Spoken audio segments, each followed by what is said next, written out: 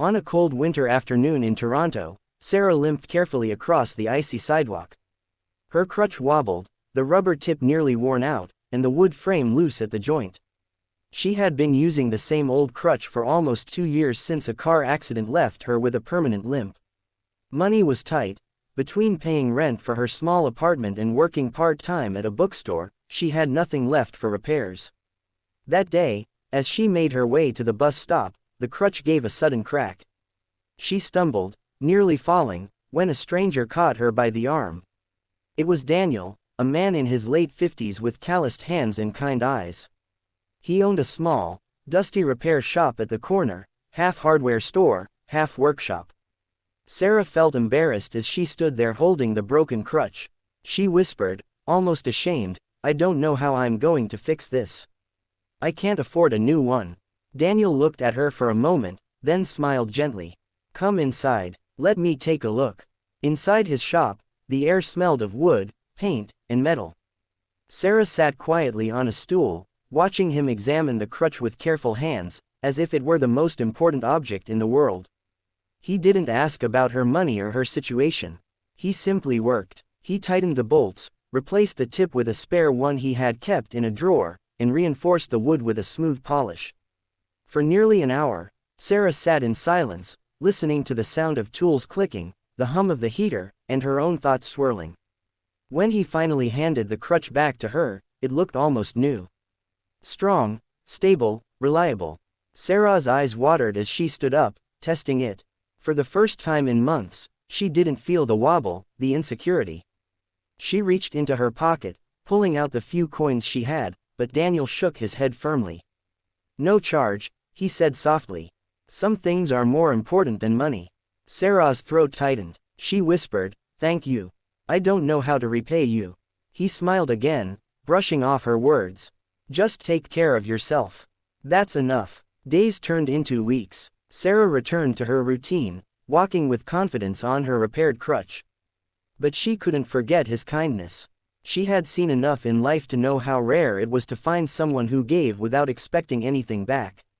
And she kept wondering about Daniel, his shop, his lonely smile, the way his hands carried both strength and sadness. One evening, after finishing work at the bookstore, she decided to return. This time, she wasn't empty-handed. In her arms, she carried a box wrapped with care.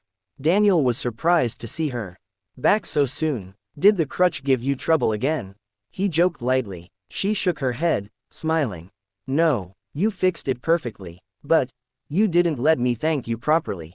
She set the box on his counter. Inside were things she had carefully put together over weeks, books she thought he might like, homemade cookies she had baked with a neighbor's help, and a scarf she had knitted herself, each thread woven with gratitude. Daniel's hands trembled slightly as he lifted the scarf. He looked at her, his eyes shining in a way she hadn't seen before. For years, he had lived quietly, running his little shop, fixing what others brought in. His wife had passed away long ago, and his children lived far away, busy with their own lives. He had given to strangers because that was the only way he knew how to feel useful, to stay connected. But no one ever came back, not like this. Sarah said softly, "You repaired my crutch for nothing. But you gave me more than just support for walking. You reminded me that kindness still exists.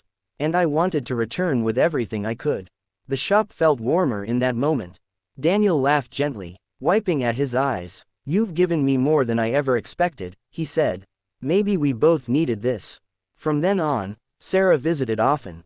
Sometimes to bring cookies, sometimes just to talk. Daniel would tell her stories of his younger days, and she would share her dreams of one day opening a little cafe filled with books and warmth. What began as a small act of kindness grew into a bond that filled the empty spaces in both their lives. The message was simple yet powerful. Sometimes the smallest gesture, like repairing a broken crutch, can heal something much deeper inside. And when kindness is returned with gratitude, it creates a circle that can change two lives forever. In the end, Sarah walked forward with strength, not just because her crutch was repaired, but because her heart was.